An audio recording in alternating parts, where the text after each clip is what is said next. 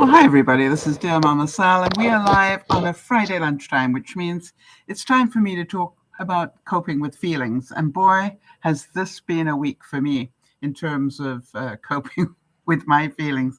I want to just welcome everybody and let you know it's always a pleasure to have you, whether you are here on the chat or whether you are watching on the replay. The most important thing is that we all cope with feelings every single day. And, I think all too often we think we're the only ones to have feelings. And for that reason, we must be strange or sick or whatever. And so every week I like to remind us all that we all have feelings, good, bad, and ugly, every week. And that's perfectly okay. Hi there, Jonas. Good to see you. I just wanted to say that it's been, as I said, a challenging week for me for a number of reasons. And I will talk about those as we go along. But most of all, if you have any, challenging things going on for you in terms of feelings, feel free to let me know so that we can, talk about those as well. Wow, Jonas, do you want me to talk about that out loud or just keep that? Yeah, that's pretty personal information. So you know me, I don't like to talk about things unless I've got your permission. Okay, so Jonas is telling me right off the bat here that he's been in a psych ward for the past 2 weeks. I hope you're beginning to feel a little safer. I always think that did you check yourself into the psych ward or were you admitted?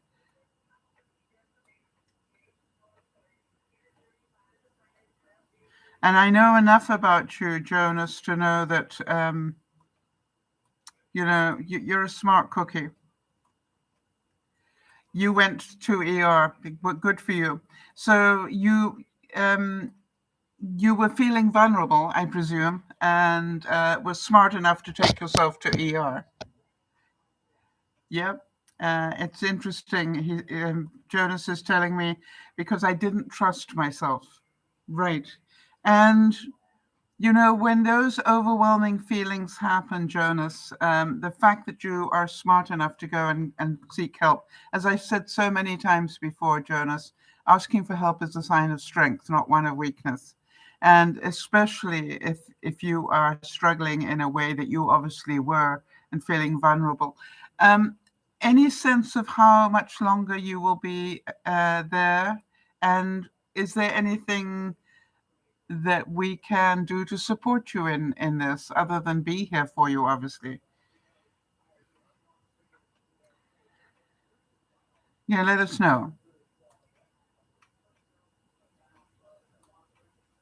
Hopefully you'll be out by Monday. Okay, and we hope that for you as well. A really challenging time for you.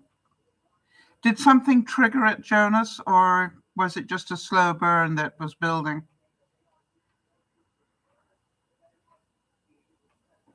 Because from my experience, sometimes we don't notice that slow burn. And then it hits, suddenly, and we wonder why on earth we weren't ready for it.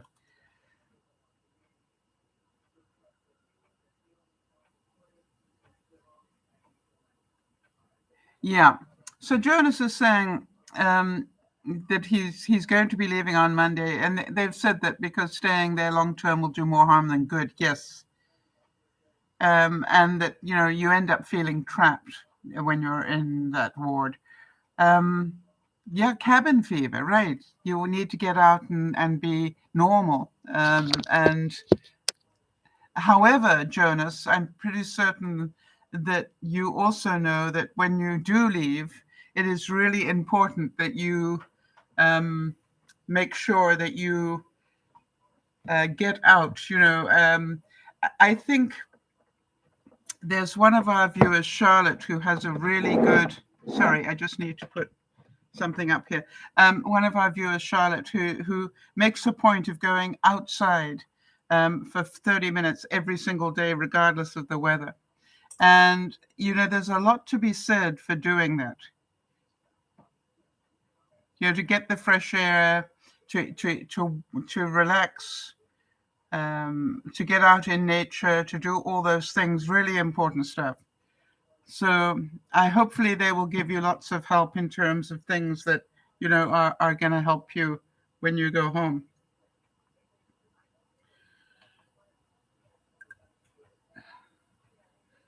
So,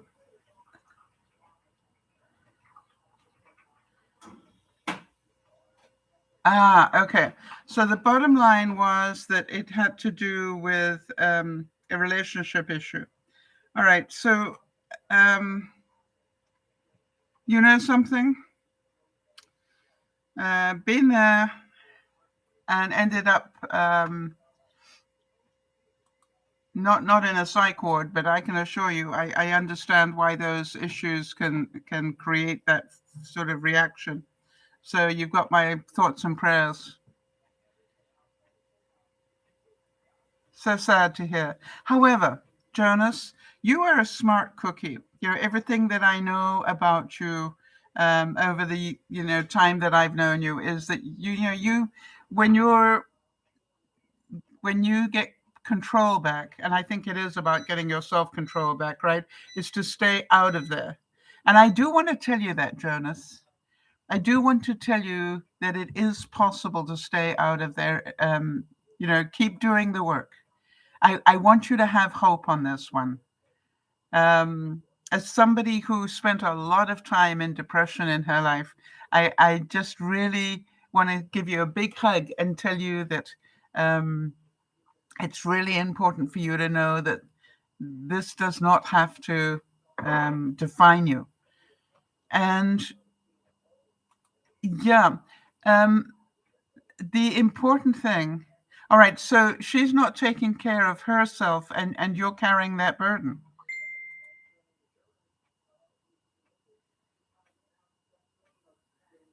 All right, and so maybe the person that needs the help is not just you. And if she chooses not to get the help, Jonas, I would suggest, I would suggest that, you're damaging yourself by trying to take it on for both of you. Yeah, absolutely. You can't be there for her until you take care of yourself first, yes. And also, you are probably doing more than your fair share. Is she getting help? And let me just make sure that I talk about this, Jonas. Just a reminder that I'm not a doctor or anybody that has the right to tell you what to do here. I'm just an old fart that's lived through some of this. All right, so what I'm going to do is just trust that if you've got any questions that you will ask them, and that I'm just going to carry on with the broadcast and let you know that we are here to support you in any way that we can. Oh, I don't know that.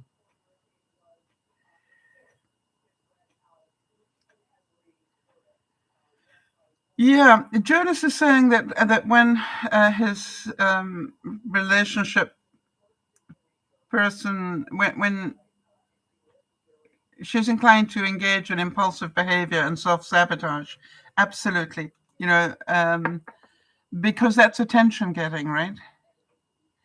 Hi there. I hope Pexillus is correct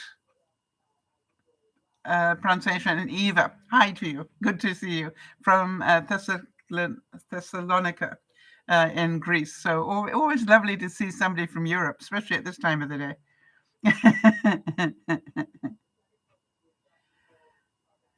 All right. So Jonas is saying that his girlfriend has been working almost every day and burning out. She's not herself at all right now. Okay, but the question is she getting help? Or are you paying the price for the fact that she is not getting help? That's just really what I wanted to find out. All right, let me just carry on. Funny enough, the topic for today, two things I wanted to talk about. Number one is the devastating storm that we had here. Some of you might have seen that on the news. It's not often that my local area makes it to, the national news, international news, but we did this week. And I want to talk a little bit about that. And then also I want to talk about the fact that I've been ill for a week, off and on, with two different things. And that's not like me. And I wanted to talk about the feelings when you are a doer, and the difficulty that we have in actually stopping. And I'm pretty certain that a lot of you will relate to this, and that's why I wanted to talk about it. All right, so Jonas is saying that his girlfriend is not getting help. She is trying to distract herself from the pain. It's a coping mechanism. Okay, really, the person who is now paying the price is you. And so I'm pretty certain you know that because you're a smart cookie. And, there's one thing that I think works pretty well, Jonas. And that is, if I have somebody that's constantly complaining to me, or about being ill, or constantly talking about the fact that they are struggling with whatever, my question to them is, what does the doctor say? And it's amazing how many times those people will answer, I haven't been. And I say, well, if you haven't been, then please stop talking to me about it. Go talk to a doctor about it, because this sounds to me like you should be talking to a doctor, not to me. We are not trained therapists. We are friends, and we are caring people. But sometimes you've just got to put that boundary down and go, stop complaining about it, do something about it. And that would be go to a doctor to start with, and let the doctor refer you if necessary. And if they say, oh, I don't want to, well, you go, well, okay, then you got 10 minutes. And then after that, I don't want to hear about it anymore. All right, so Jonas is saying, I just feel stuck because I know I can't help her until I get better myself, but I feel like I can't get better just knowing the state she's currently in. Yeah, with all due respect, Jonas, knowing you, you're probably trying to do her work for her. And, as I've said to you many, many times, the pills are not going to solve the problem. We get given the pills so we can cope. But the truth is, the problem doesn't go away until we do the right work. And that may be that you need to get a little more proactive with your girlfriend. It's not fair that you're paying the price for this, and you're allowing yourself to pay the price. And that's the 2x4 I want to give you. And boy, I understand it, Jonas. Been there, done that. But it's you do know the codependent thing. Have you done work on that? The day that you realize you can't help her, it's difficult, but it is. She needs to help herself.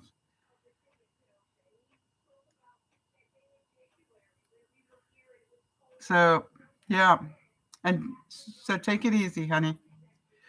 All right. So the what I wanted to say is that here we are. We are a group of people who get together 3 times a week and help each other deal with life. And it's really important, as you've heard. This is just like out of nowhere, Jonas ends up in a psych ward. But I want to thank you, Jonas, for still being here. That's really special to me that you should still be here. That's really great. And hello to Jeannie, and hello to Sandy. Good to see you as well. And I just want to say a big hello to you all. I saw this quote this week, and I thought it very relevant for who we are and what's going on. And it said, health is not valued until sickness comes. And I'm certain Jonas would agree with that. And I'm certain all of you, a lot of you are struggling with different things at the moment. And I think, this is so true, isn't it? We don't appreciate being healthy until we get sick. And, being sick for me meant that I didn't do a lot of things I would normally do. And for that, I am sorry. I've missed some birthdays this week. Sandy, I missed yours, and I apologize for that. And I also missed putting up a note for Kimmy's, and I hope you will forgive me.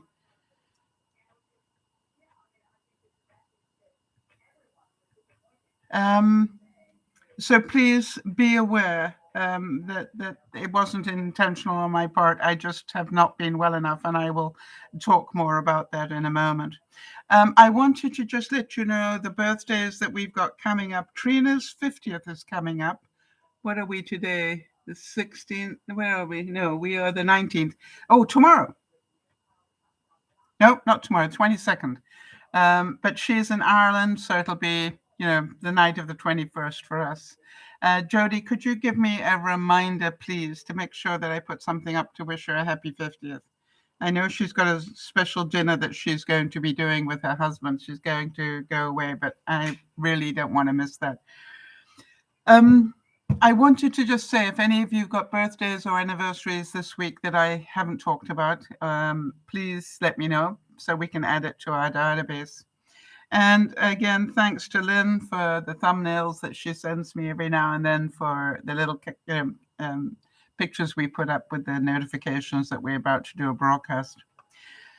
The topic for today that I wanted to add was, it was a week for me of feeling under attack. And I wonder if any of you know what I mean by that. It was just like every way I turned, life was getting in my way.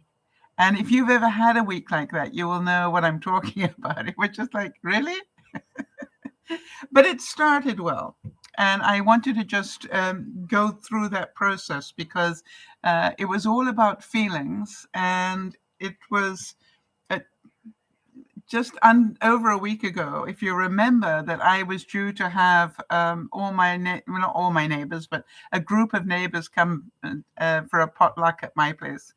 And that was on Thursday of last week, and it went really well. We had a wonderful meal. And I will just let you know that I'm really glad they came. It was wonderful. We had amazing food. As some of you may remember, I did roast beef and Yorkshire pudding. Some other people brought cabbage rolls. We also had homemade smoked baked beans. We had pierogies, chicken wings. And, quite honestly, and one of the neighbors made a really beautiful pineapple and cream pie. It was so good. She left me extras, which was really good.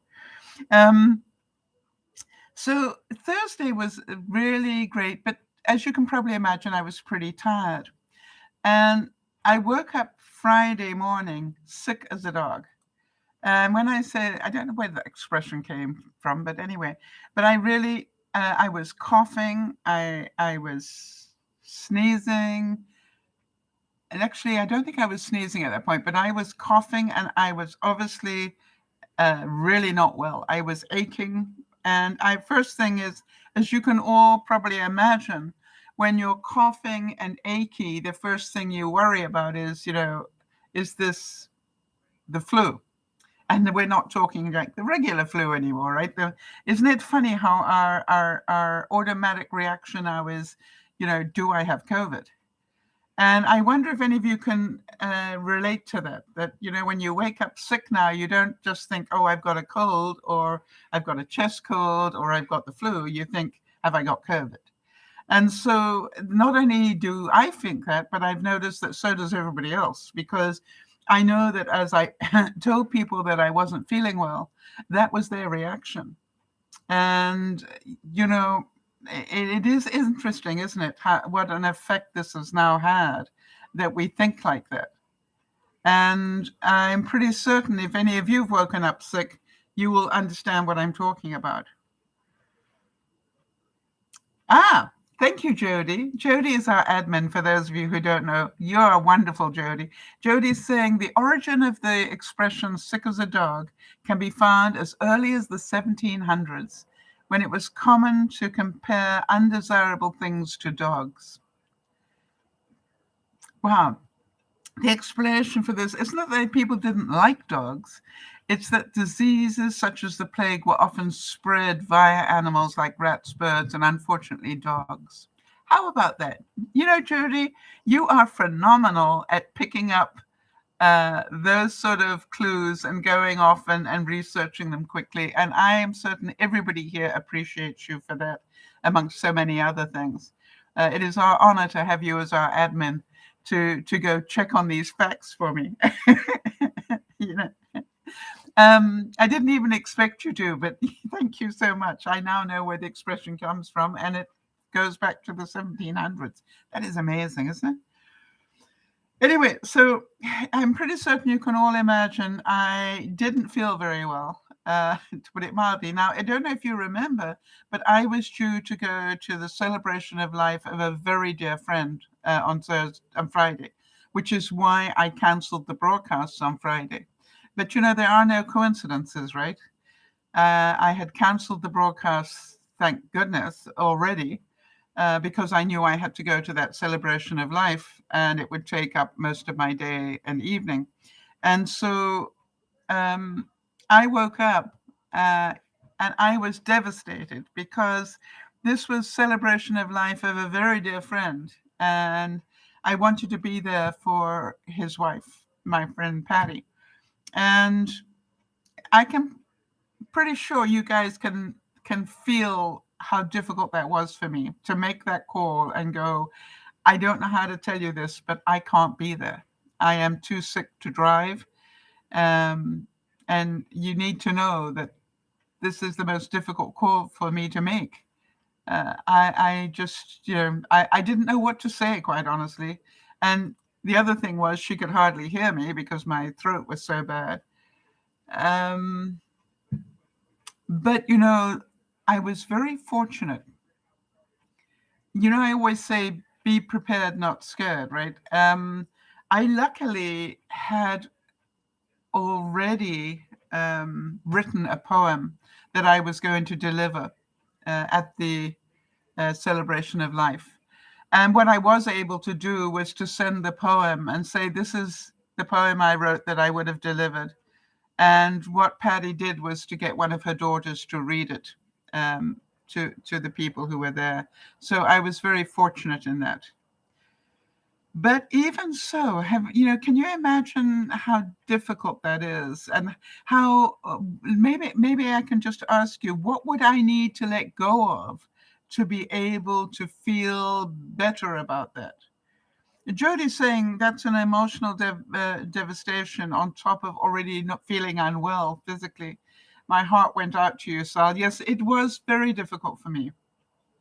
You know, this is one of the people I hold in my top 5 friends in my life. And to not be there for her was just like, very difficult. And yet the funny thing was, the night before, you know, when all the neighbors were there, I was talking about the fact that this was being held at night. And, you know, it's already getting dark here at about 4:30. And I don't feel as safe driving at night as I used to at my age, all right? And I'm pretty certain some of you can probably understand that. And the weather was pretty nasty, and people were saying, should you be driving? And it was really weird because it was almost, when I look back on it, it was almost like I was being set up not to go.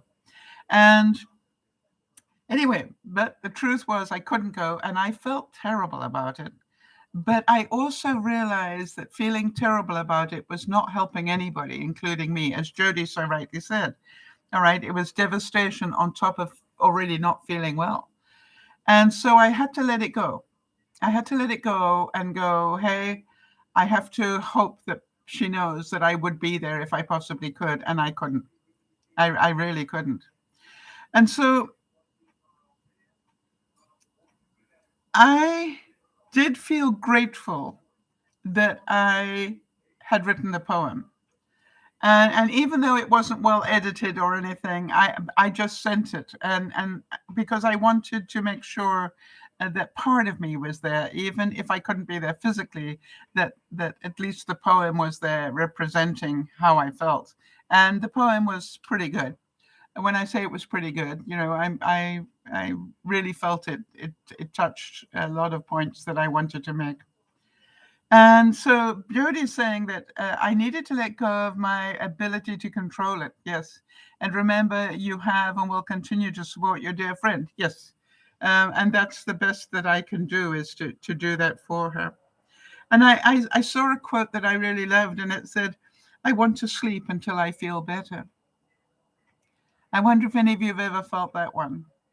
It's just like, I just want to curl up and go to sleep and wake up better. And so I, did get a lot of support from Jodi and Lauren and a lot of other people.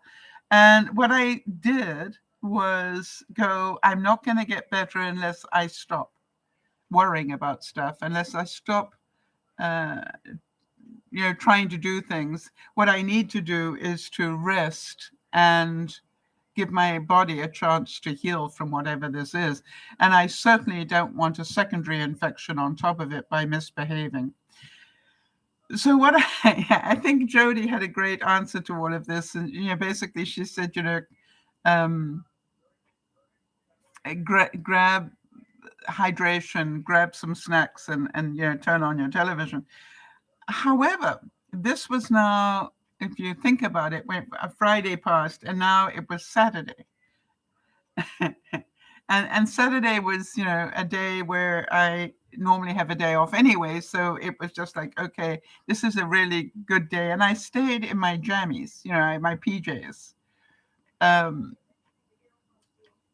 And then all the warnings came up. Now I need to tell you, I think it was Saturday the 6th. Let me just have a look here. I just need to see what the dates are here. Come on, give me the date. Yeah, Saturday was the 6th. All right. And that was the day that a tornado hit Vancouver.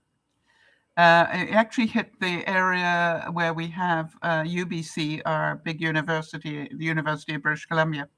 And, this tornado hit. Now, this is not as part of the universe where tornadoes hit very often. So we already knew we were in trouble. All right, when we've got sort of weather that creates a tornado. And by the way, that funnel cloud was just amazing to see.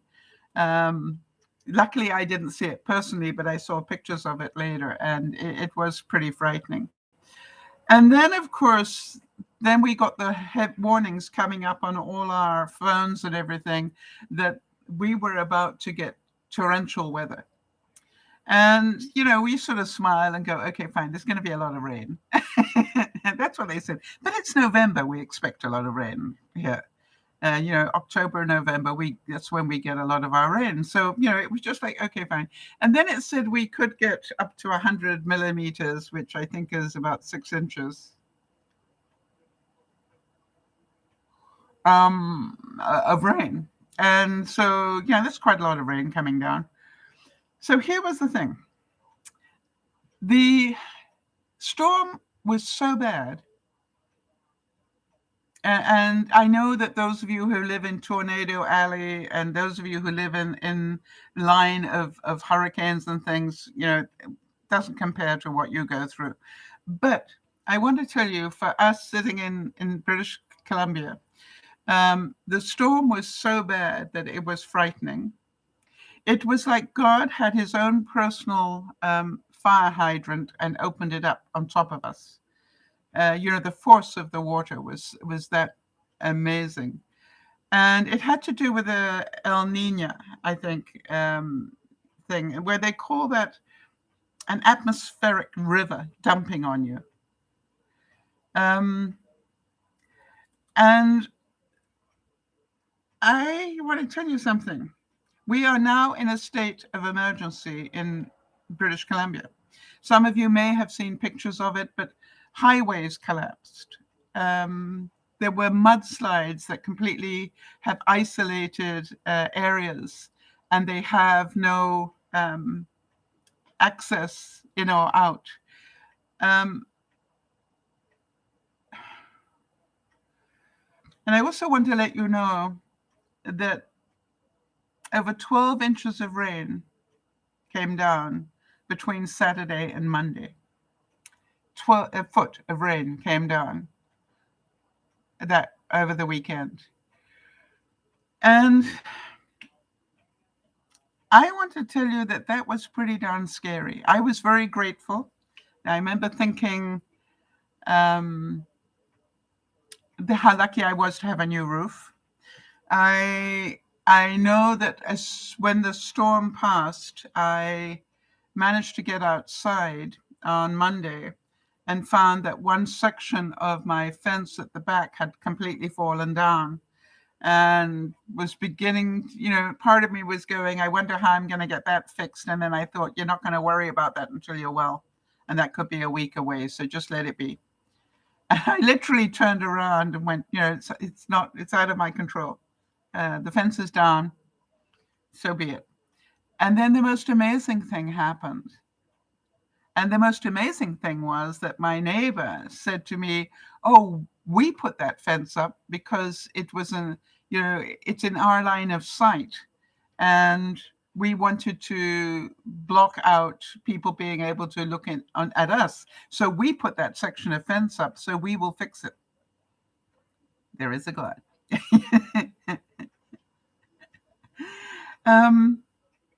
So isn't that amazing? And I saw a quote that said, things I don't feel like doing today. Moving. Do any of you relate to that one, where that's how sick you feel, you just don't even want to move? And the good news is that I am not in a flood zone. I think if ever there was a test of whether I am in a flood zone or not, that would have been it. I very much doubt there was more rain that fell in 24 hours than we normally get in the whole month of November. That's how bad it was. And I want to tell you, it was scary. I don't mind telling you that. The noise was amazing. You were wondering whether the skylight would be able to hold it all and so forth. It has affected so much, so close to me. And I was amazed, like just about half an hour away from me in Abbotsford. That is a very beautiful rural area where we have all the tulip type places and stuff like that. There's a whole valley there, beautiful valley, and totally, and so much agriculture in that valley because it is so beautiful. And it was devastated. It's still under a lot of water. And I wonder whether, the tulip bulbs were washed away. I have no idea. But you can be sure that, that the whole of our support system in terms of that agricultural area, I've been saying to you for a long time, expect the prices of fruit and vegetables to go up. Well, I'm expecting them to go up even more now. And by the way, I just got notified by my municipality yesterday that they will not be collecting glass in the near future. Normally, part of our recycling includes a glass. And they're saying that because of the flooding and the area where they would take the glass is now completely flooded, and therefore they won't be able to collect glass for some time yet. So you understand it's affecting a great deal. So by Sunday, things got worse for me. I had curled up in a ball and given up trying to do anything. And I curled up on the couch and I did a lot of binge watching with my eyes closed. If any of you relate to that, I kept seeing the beginning of things. And then the next thing is I'd wake up 2 or 3 hours later. And then I'd, rewind it, start again. But unfortunately, I didn't get very far. And then I'd wake up 2 or 3 hours later. And that was sort of the process I did for the whole of Saturday, whilst listening to the rain. At one point, we did have a power failure, but luckily that was early in the morning. And when the power failure happened in the early hours of the morning, I just went, oh, isn't that good? At least it's in the early hours of the morning. And by the time, if I go back to sleep now, by the time I wake up, it'll probably be back on again, which it was. So, that there are times when being sick actually works in my favor. And, but then I woke up on Sunday morning, and I want to tell you something. I was in pain. And I was in quite a lot of pain, quite honestly. I wasn't quite sure what was going on. And I originally thought it might have to do with the chest cold that I had. And so what I thought about was, okay, let me make sure I know what my temperature is. Let me make sure I know that I haven't got COVID, because that's really important. So I kept really good control of what was going on with me. And I think the saving grace was, I think by Sunday, I had started to sneeze. So that the chest cold had moved now, and it was beginning to loosen. So that was awesome. And I wasn't coughing up nasty stuff or anything. And so that was okay. Jeannie, how kind of you. Jeannie's saying, you're looking all right now. Glad the worst of your sickness is gone. I want to thank good makeup for that, Jeannie. But thank you anyway. But yes, it is true that most of the cold is gone. But what happened to me was I woke up in pain on Sunday. I think it was Sunday that I woke up in pain. And I couldn't work out why. And then I thought, well, maybe what happened was that it felt almost, if any of you have ever had bronchitis or pleurisy, it was here at the back, and it was really bad. And so I thought, okay, fine. I obviously do need to continue to rest. So, yeah, I did that. And except it was so bad that by Wednesday, I actually went in to see my doctor. And that's, to get to my doctor is over a half an hour drive for me. And, when you're in pain, that's not fun.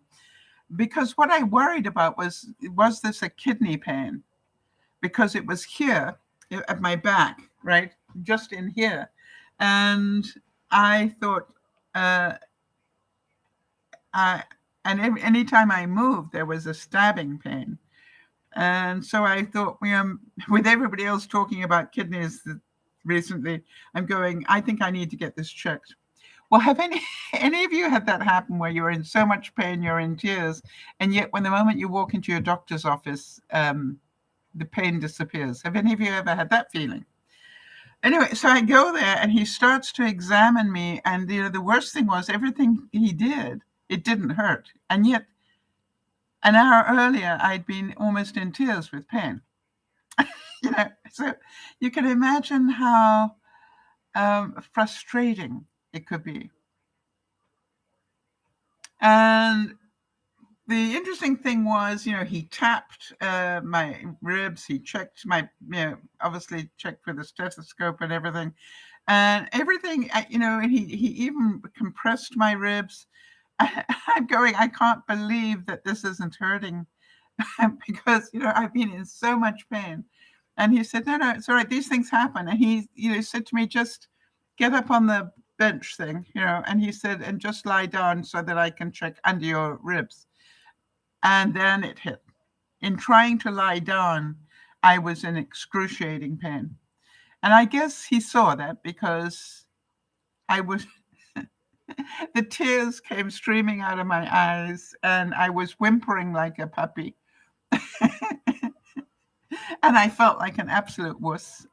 And I said, okay, I think we found the pain now.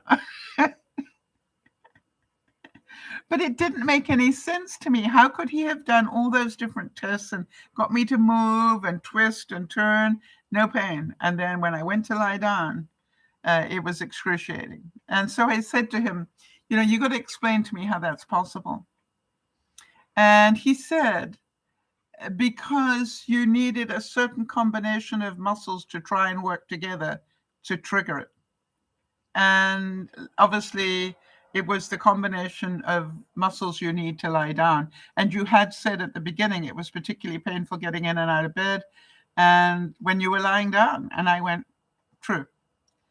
So, but I was, in a way, can you imagine this? I was sort of feeling grateful that it had been that, even though I, don't like being in pain. I was sort of grateful that it was that, because otherwise he would have thought I was just a hypochondriac. I'm pretty certain when it hit, he knew I wasn't making it up. So, Jodie's saying she's had that a couple of times at a dentist. But it was quite cute, because I think some of you know that I've had some issues with my doctor on the last couple of visits. And I thought it quite cute that after he'd finished finding out what was going on, and he then gave me a prescription for some pretty good anti-inflammatories. And I have to say they are pretty good, because boy, after taking 2 of those, I basically am out of pain. Thank goodness. But I thought it was so cute, because he started to work on his phone, and I thought, that's weird. What's he doing? And then he started to show me pictures of his granddaughter. And I thought, that's cute. And, you could tell he really wanted to show me pictures of his granddaughter. So I stayed extra time and oohed and ahed and asked all the right questions. But she really was very cute. And all those eyes, there's something about a baby in the first year, right? Those eyes are just, so pretty. So what I have done is I have badly pulled a muscle, and it's somewhere deep under my rib cage and probably connected to my spine, I would think, right? But isn't it strange? It didn't hurt when I had to do this. It didn't hurt when he compressed my rib cage, but boy, did it hurt when I went to lie down. So weird. So here's a question that I had for you guys. And it doesn't matter whether we're talking about Jonas with the meds he's taking or me with the meds I'm taking. What I wanted to do is just have a discussion about, because I am now on anti-inflammatories, and good ones, good ones as in they work, does that mean that I don't still have a pulled muscle? And the reason I wanted to talk about that is because I need to remind people that just because we're on medication, the medication is to help us cope. All right? It doesn't fix the problem. It helps us cope. So does it make sense to you that the excruciating pain I was in is my body trying to tell me, you've got a problem. I need you to rest now. All right, that's what the pain is for, right? It's to remind you need to be careful. And so does it make sense to you all that even though I'm on the anti-inflammatories, that I still need to be careful, and that I need to continue to be kind to my muscles? Yes, and Jeannie's saying, yes, you still have a pulled muscle and it needs to heal. So, but I wanted to say that what happens is, because we feel okay, that you want to go out and do things, the things you haven't done for a week, right? And I must admit, I did do couple of loads of wash, but I did them very carefully. You know what I mean? I literally held onto my back as I leant in, and I did it very slowly and carefully, I didn't just sort of huck things around that I probably did that. Yes, Jeannie's saying you probably need to do less exercise until it heals. I haven't been on my air glider. In fact, I haven't done any exercise in a week. And so I feel a bit like a slug. I've put on 3 pounds. But as Jody keeps telling me, I need to be kind to myself on that one because, what have I been doing? Lying on the couch. Yes, Kimmy is saying that as well, all right? Medication is like a Band-Aid. Yeah. And so, I've always said that. Yeah, the pills are there to help you cope. They will not fix the problem. What will fix the problem, in my case, is that I continue to rest and that I continue probably to stretch that muscle a little bit and to, keep it moving. But on the other hand, not to stretch it too much, not to cause it any more pain than I need to. So I thought, I'd talk a bit about that. So I am being incredibly careful. But on the other hand, quite honestly, I still don't feel like doing very much. I'd love to tell you that I'm feeling great, but I don't know if you can hear my voice. My voice is still not good. I still have the residual from whatever bug it was that I caught. And I don't do feeling sick very well. How about you guys? It's not sort of something that I'm pretty very good at. And so I wanted to talk a little bit about the feelings that I've had about being sick, because they seem to have been up and down. I part of me understands I'm sick and I need to rest. The other part of me goes, I've done nothing. I'm a lazy so-and-so. Now, I must admit, I did do one thing. I did get my international Christmas cards in the mail this week. All right. Good question, Jeannie. What a great question. Did I have leftovers to eat from the potluck? Yes. And for which I was very grateful. Not only did I have beef left over, but unfortunately, I didn't take very much. I let most people just take home what was left. Because, I didn't want to, I haven't got any room anymore. My freezers are full. But I did have some, and I was very grateful for that. A nice question. Thank you. The other thing is, I still haven't finished my Halloween candy. I'm getting there. So part of it was, do not go and get more candy. Yeah, I didn't need to cook as much. But on the other hand, Jenny, I wasn't feeling very well either. So here's the question. When you're not feeling very well and in pain, what do you like to eat? What is your comfort food when you are sick?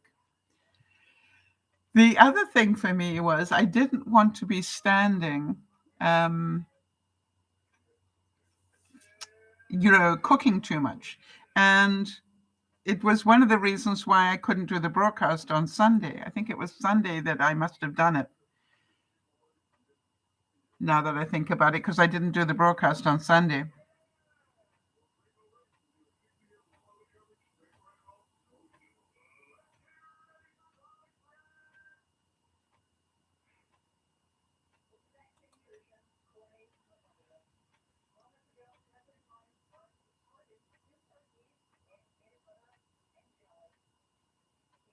Okay. All right.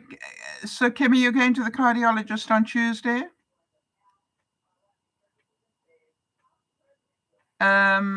Jody, can we make a note of that just so I can follow up on that one? Jeannie's saying that when she's not feeling well, she likes to have tea and soup, liquids. Good.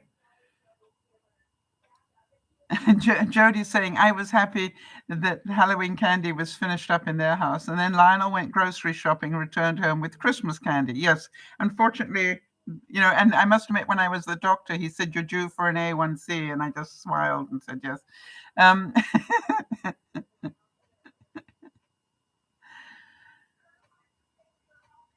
Oh, and Kimmy's saying that the cardiologist's office said that she said I could listen to music for your heart. Okay, so do you know exactly what's going wrong, Kimmy? That sounds scary for you.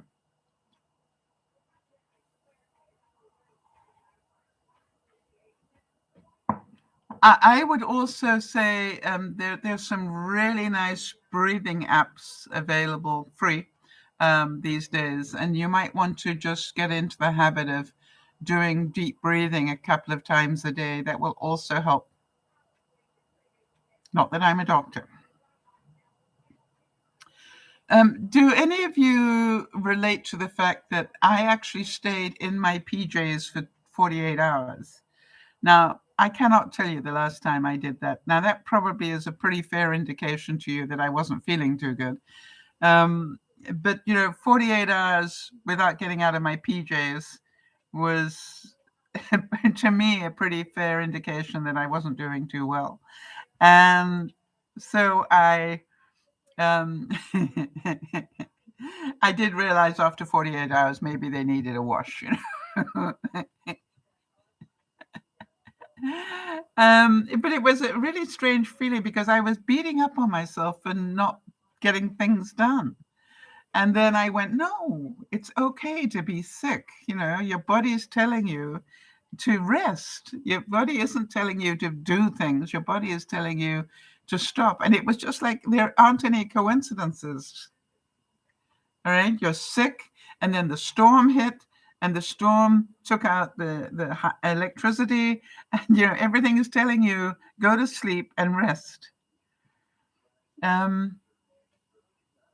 Jeannie's saying that York was due to have laser surgery on the 23rd of December. Oh, wait a minute. Just look at those dates again, Jeannie, because that doesn't make sense. Because you're saying now that it's going to be on December the 2nd rather than December the 23rd. Was it November the 23rd, perhaps? Let me know, just so we understand. I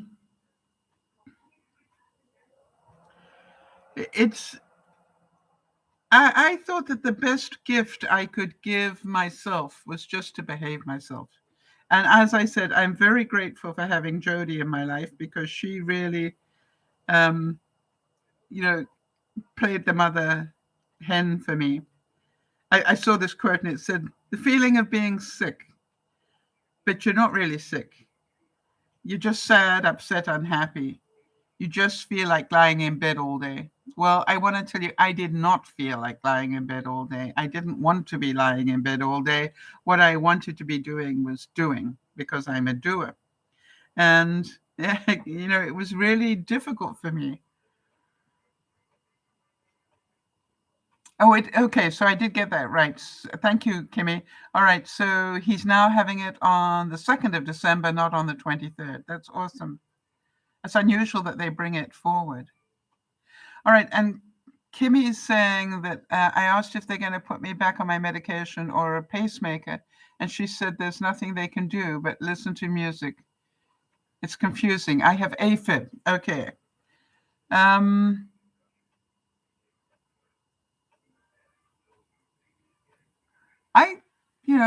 That's interesting to me that they say there's nothing that they can do.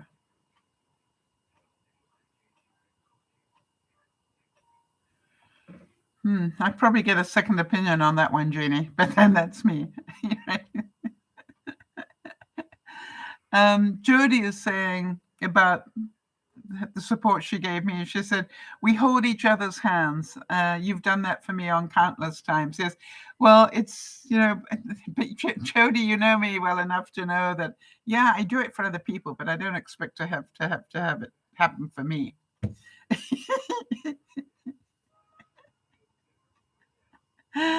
All right. So, do any of my viewers have AFib? In which case, I had a friend of mine who had AFib, but it corrected itself. So I don't know enough about it to have a lot of input about it, Kimmy, but I'm certain there's a huge amount of information about it online. But please make sure you get the right information going.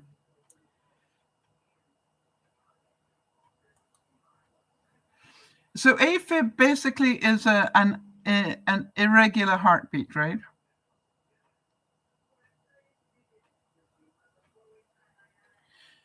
Well, Kimmy's saying, and hers is really bad.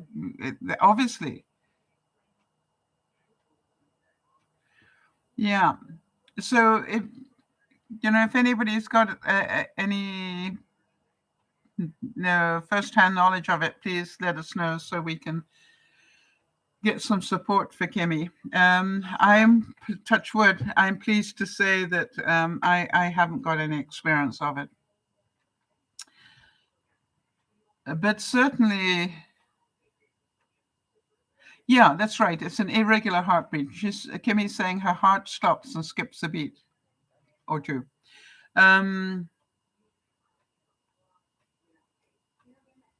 Yeah, that's normally, if you have that, they normally do have ways of, as you say, with pacemakers or whatever, of regulating the heartbeat. So for them to say there's nothing they can do strikes me as very strange.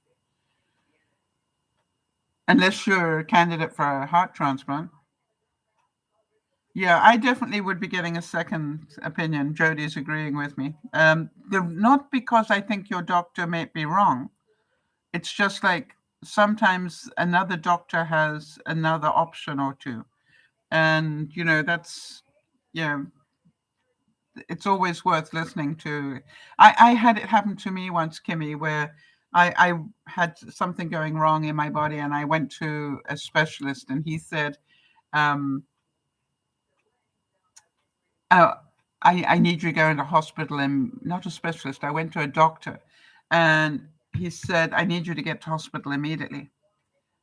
And you said, I think I'd like a second opinion on that. And I got one. And by the way, I went to this. Luckily, I found a specialist that agreed to see me immediately. And he examined me and he said, I don't know why you're here, but if you were my patient, I wouldn't let you go home. I'd take you into surgery immediately. I said, that's what my doctor said.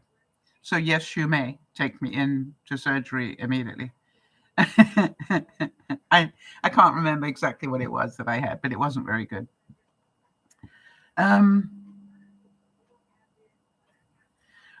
Judy's saying that she's having her first dinner party for 5 tomorrow night. Yes, and happy Thanksgiving weekend. I'm sorry, I meant to say that at the beginning, but Jonas telling me about his issue caught me up a little bit, and I forgot to say that. So do any of you have any fun plans for this weekend in terms of Thanksgiving in the States? Obviously, we in Canada have been there and done that already. But I do wish you all a very pleasant Thanksgiving. Are any of you traveling? And while we're talking about that, yeah, Kim is saying, when they say there is nothing they can do, don't worry. It makes me think that I'm going to die. Yeah, I don't blame you, Kimmy. I don't blame you at all. That's why I would get a second opinion, because I definitely think you need to be. Are you going to be speaking to that cardiologist? Because that's not information that should have come from anybody but the cardiologist themselves. It strikes me really strange that somebody from the office told you that.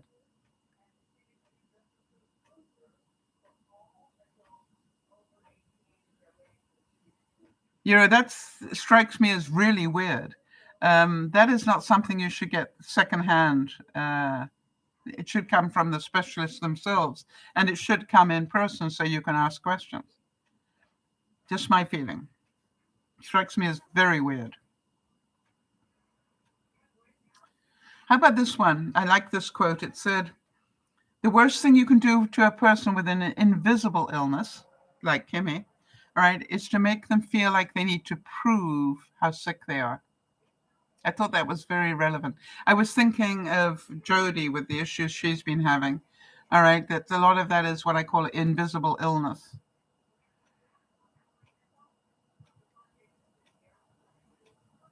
Yeah, Jody is suggesting that, again, that Kimmy needs to repeat exactly what she said here.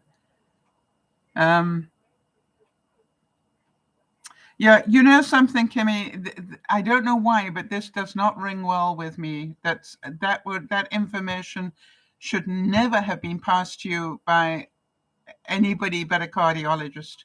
And so until I heard that from a cardiologist, I quite honestly would have a very big question mark about it.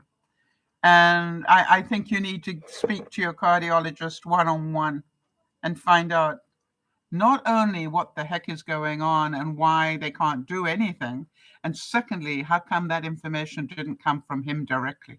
Why was that given over a phone call, I gather? To me, that is just like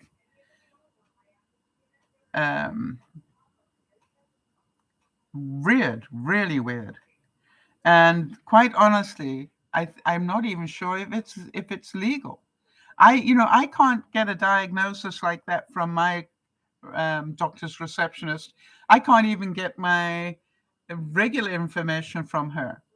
All right, because it's confidential. She will not discuss it. It has to be discussed with the doctor.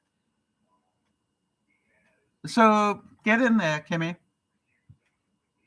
And I definitely wouldn't be taking that one. It's, quite honestly, I think it's unethical. Just my opinion.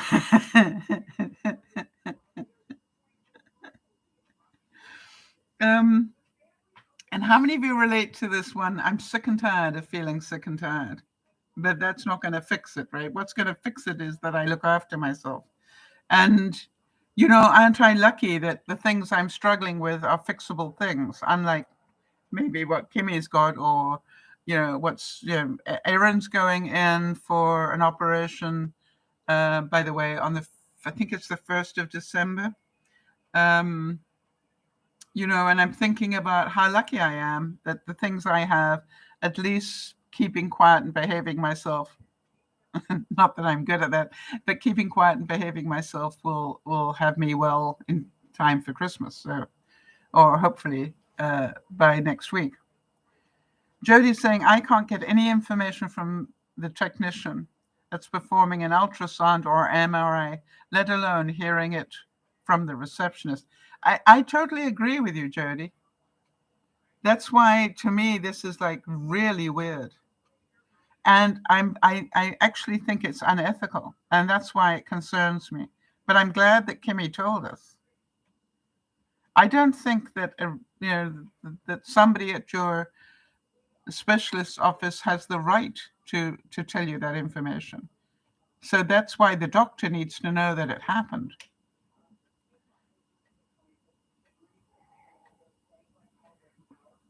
Now, having said that, have I had a couple of technicians say to me, I'm not allowed to tell you what I've seen here, but between the two of us, I wouldn't worry too much. They have a way, right? They do have a way, but that's what I call good news stuff. But for somebody to say that there's nothing we can do, listen to music, duh. No, I don't like that at all. There's something wrong there. Did any of you have any fun unboxings this week? You'll be surprised to hear. I didn't. Hang on a second.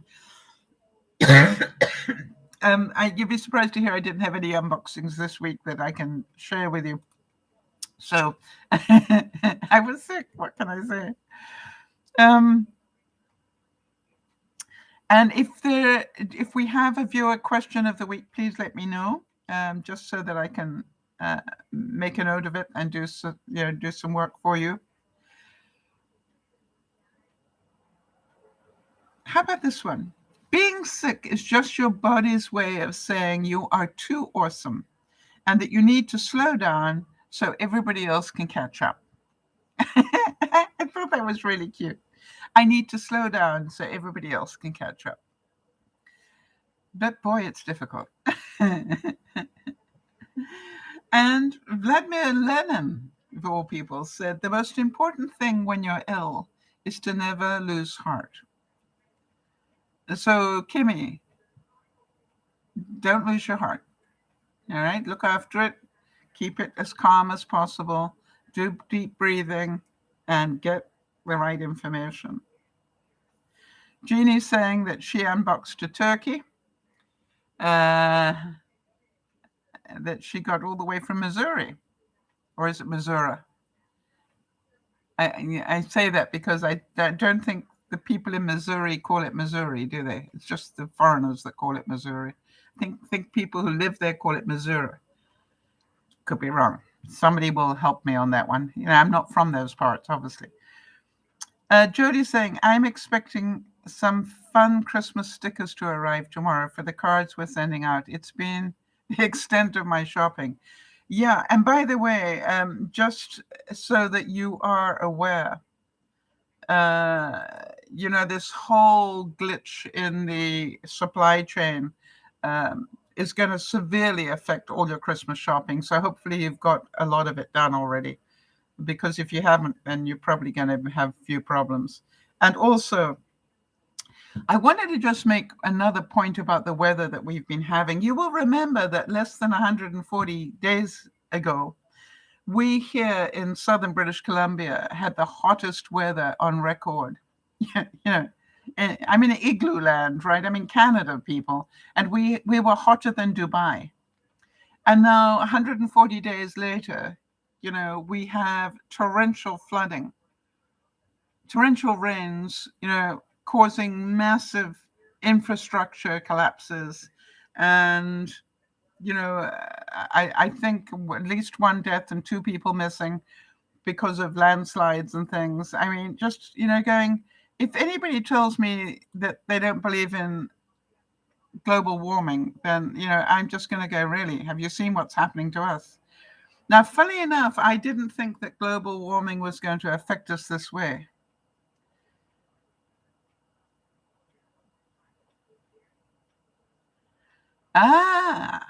Okay, so Jody's saying travel in Missouri and you'll notice natives and visitors alike have the common problem.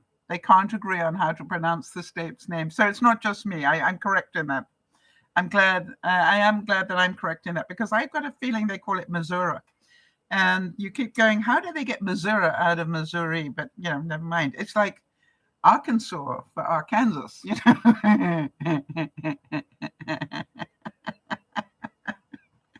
It took me the longest time to get that one right. I'm going, why would you call Arkansas? Why would it be Kansas and then Arkansas? It's like, hello, what is wrong with you people? Okay, so here we go. Is it Missouri or Missouri? The matter has been taken up in bathroom brawls, scholarly dissertations, but it's never been officially resolved. The debate has been going on since the 1800s. Thank you, Jody. That's what I thought. That there's 2 different ways of saying it.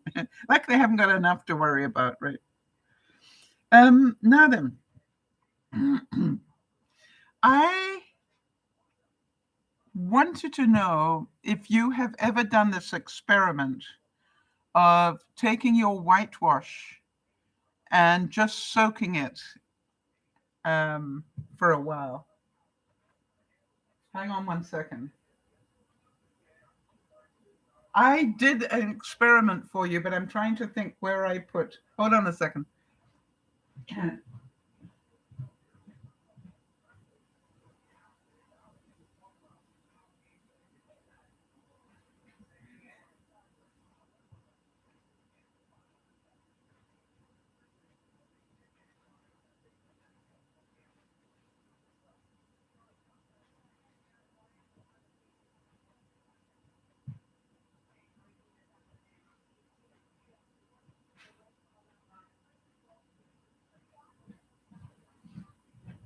Okay, I can't find it.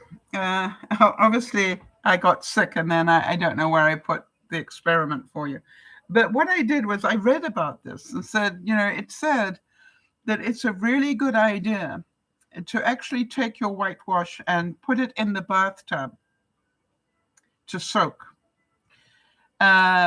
Because you will be horrified at don't put soap in there. Just literally let it sit in clean water and see what happens to that water. And I thought, that's really interesting. I wonder if it's true. And what I did was I actually soak my whitewash anyway. A lot of my whites I soak before I wash them. I don't know about the rest of you. But I literally put it in clean water and let it soak.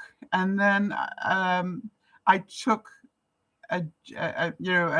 just a jam jar, and I had a look at that water, and it was amazing what leached out of my whites. So I wondered if any of you have tried that. And if you want to just check it with a couple of white things, it doesn't matter whether it's a face cloth or whatever. Just put it in a jar, if you like, or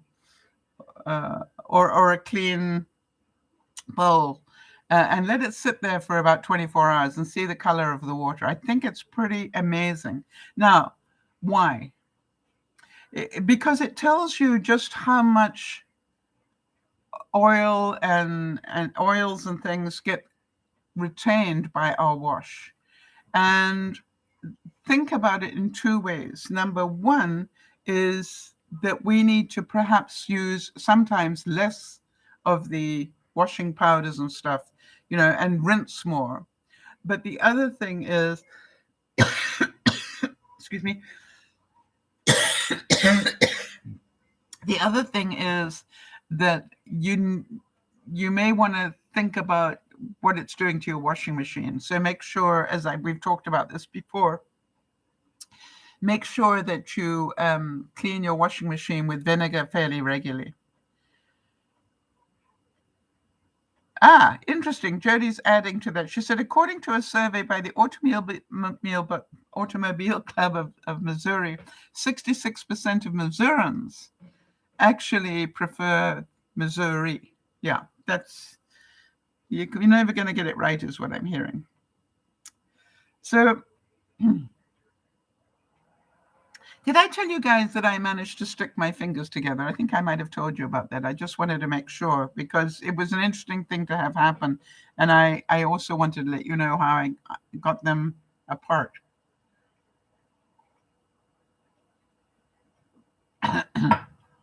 Now, I can feel that my voice is beginning to struggle, so I'm probably going to be ending this broadcast earlier than normal. And I'm sure you'll understand. A couple of things I wanted to talk about, things that are in the news at the moment. In case anybody missed it, have any of you got any feelings about the Carl Rittenberg verdict that came through this morning? He was the guy that went out and during that riot that was going on and shot about 3 people and injured another. And I wonder if any of you have any feelings that he was found not guilty on all counts. And, I'm pretty certain we're going to have quite a backlash because of that. But what I wanted to talk to my viewers about is make sure you stay in the right lane. In other words, were you in the courtroom? Did you hear the evidence that the jury heard, all of it? Did you, even if you watched some of it online or on television, did you watch all of it, which the jury did? Did you have all the pages of instructions from the judge? What happens is that we hear a verdict and we are so biased towards what we've seen on the newscasts or whatever. And we actually don't have the same view as those who sat in the courtroom. Jeannie's saying, I believe the decision is correct. Many of the press decided who he was and why he did it before anyone knew anything. Yes, it's very difficult, right? And that's why I just wanted to make sure that my viewers remember that you were not in the, I presume none of us was in the courtroom. I certainly wasn't. And therefore, I cannot second guess that jury, right? The jury was there. The jury heard the evidence. And, it is very important for us to, but here's my question to you. If you were the parents of one of the people who was shot, do you think you'd see it the same way? Or do you think you'd think there was a travesty of justice? You see, that is always the point, isn't it? To see it from both sides. I am certain that we can both, all of us, see it from both sides. All right, that I'm pretty certain if my son had been shot by him, I would not want that verdict, regardless of what my son did. All right, and so I can understand that. But on the other hand, can you also see that here is, and I'm going to word it as plainly as I possibly can. Can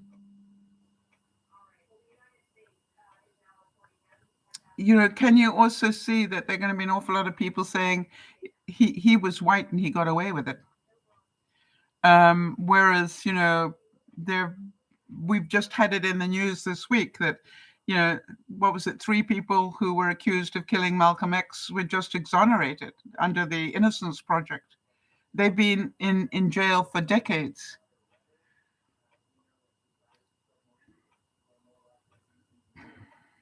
Now, what was interesting is one of the witnesses was actually shot by Kyle, and he stood up in Kyle's defense, and he was honest enough to say that he actually had pointed a gun at him.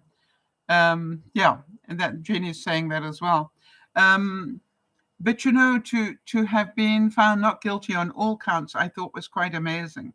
So that's it.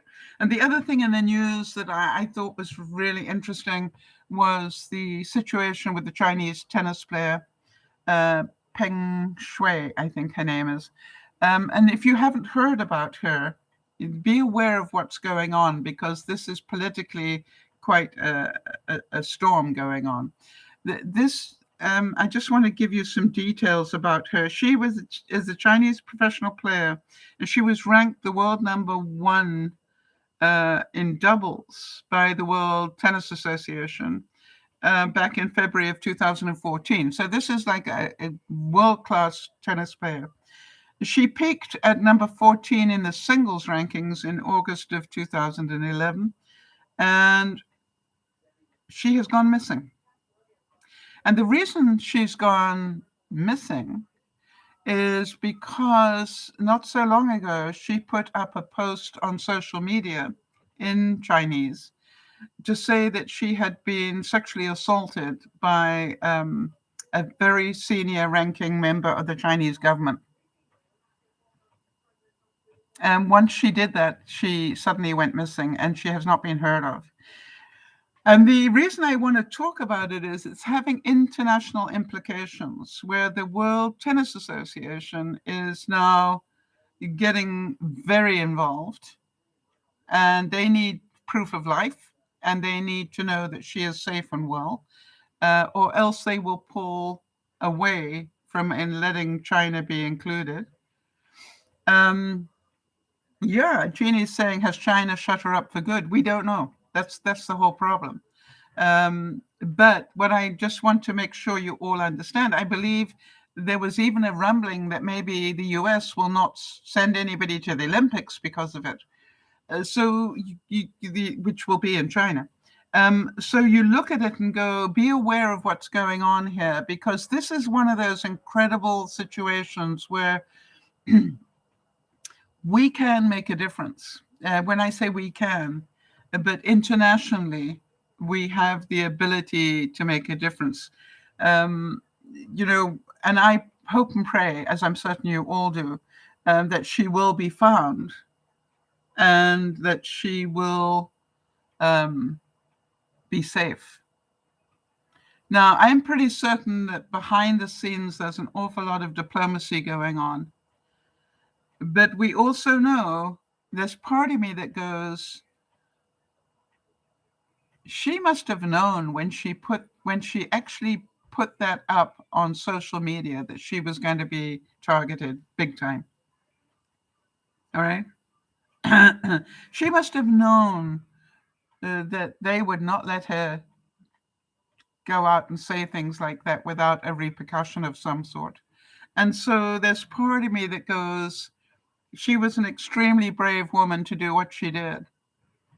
And there are others that will say she was extremely stupid, but but it was like that took a lot of courage, and I only hope that she is found to be safe, and that she's not sitting in some Chinese prison somewhere, or worse. People do not like being exposed for their bad deeds, right? And I think about this and go, wow, what courage. So let's hope that she's okay. All right, I am going to stop the broadcast because it's getting more and more difficult to talk. I have a plan to do a broadcast this evening. I'm going to rest between the two broadcasts, so hopefully that'll be easier. I'm going to be this evening talking about making smoothies and why I make the smoothies that I make. And then I also wanted to talk a bit about why curry is good for us, and give some ideas on how we can include that into our diets. I'm gonna get some hot honey and lemon now and take it easy. So if for any reason I can't make it this evening, I will put up a note, but I'm pretty sure I will be able to do it if I just take some rest. All right, so this is DearMamaSal saying thank you for being here, and thank you for your patience. I hope that talking about being ill is something that we all understand and something that none of us really want to feel. But we can only do the best we can with what we've got. And Kimmy, I am so glad you talked about what happened to you, because I think it's really important you get that one sorted out, as a matter of urgency. That you get to either talk to your specialist or get in there. I also want to send out thoughts and prayers and special support for Jonas. And, let's hope that he gets out of hospital on Monday and that he can look after himself and set his boundaries better, so that he's not so emotionally involved in what's going on in somebody else's life. It is a very difficult lesson to learn. And I think if any of you have been there, you will understand how difficult it is. Learning not to let other people's problems overwhelm your life is a very important one. You've heard me talk about that before, which is people have asked me time and time again, how can I deal with all the heartache and stuff that I get sent to me by viewers? How can I deal with that and not let it affect me? And the answer is, I have a boundary. I read the stuff and I answer as best I can, and then I let it go. It's not about me. It's about them. I will help as far as I can, but boy, I want to tell you something. I cannot afford to take it on, because if I did take it on, I would be a very sick puppy. And I'm laughing because, for so many years I used to take on everybody's stuff, didn't I? Yeah. All right, everybody. So take it easy on yourself, and I look forward to chatting with you tonight. This is DearMamaSal saying it's not fun being sick. I don't enjoy it. I'm very grateful, as I said, for good makeup that actually gives me some color, because I don't have a lot at the moment. And I am very grateful for all the support for those of you who wrote to me and those of you who supported me in different ways. I'm very grateful for that. The illnesses I appear to have are the ones that I'm very grateful for. They're not very serious. And for those of you who've got serious illnesses, understand I don't want to make light of what's going on in your life. I just want to talk about the fact that I actually relate how helpless you can feel. And I, for one, don't do helpless very well. And I'm pretty certain none of you do either. So let's keep hoping for the best. Let's make sure we've got all the right information, Kimmy. And let's make sure that we support each other as best we can. Kimmy, if there's any way that we can help support you better, just let us know what help we can give you. Because I hope you know that we do care, and that if there's some way that we can do research for you or do whatever, just let us know. And it must be a terrifying time. Jonas, look after yourself, please, and know that just staying quiet for a little while and getting a better perspective is very important for your health. But however, when you go back to reality, it's going to be really important that you protect yourself. This is Dear Mama Sal saying I love you dearly. Look after one another, but most of all, please remember, look after yourself first. How many times have you heard me say that? Bye-bye for now. Thanks, Jody.